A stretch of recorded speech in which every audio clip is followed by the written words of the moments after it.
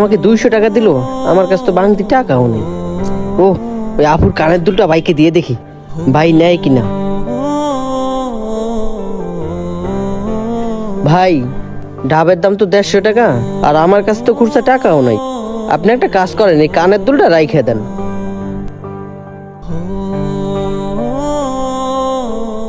আরে ভাই, আপনি এই কানের দুল কোথায় পেলেন?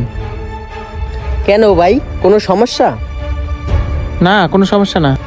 এটা তো স্বর্ণের কানের দুল, এটা আপনার কাছে কি করে আসলো? কি বলেন ভাই, এটা স্বর্ণের কানের দুল? হ্যাঁ ভাই, এটা স্বর্ণের কানের দুল। এটা আপনি বিক্রি করলে 50,000 টাকা বিক্রি করতে পারবেন। আর আপনি কি না এই কানের দুল আমাকে মাত্র 50 টাকার বিনিময়ে দিতেছেন? কি বলতেছেন ভাই, এই কানের দুল 50,000 টাকা? ভাই, আমি গরিব বলে আমার সাথে মজা করতেছেন? আরে ভাই, আমি আপনার সাথে মজা করবো কেন? সিরিয়াসলি বলতেছি, এটার দাম 50,000 টাকা। আপনি এই কানের দুলটা যে কোনো স্বর্ণকারের কাছে নিয়ে যা বিক্রি করলে আপনাকে 50 থেকে 60,000 টাকা দিবে। ভাই, আমি এই স্বর্ণের বিষয়ে এত কিছু বুঝি না, তার থেকে বরং আপনি এই স্বর্ণটা নিয়ে যান। আচ্ছা ঠিক আছে, আমি নিলে কিন্তু 50,000-এর বেশি 1 টাকাও দিতে পারবো না।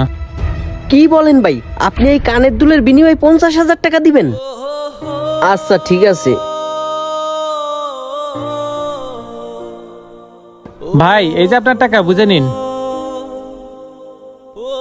আচ্ছা ঠিক আছে ভাই, আসি।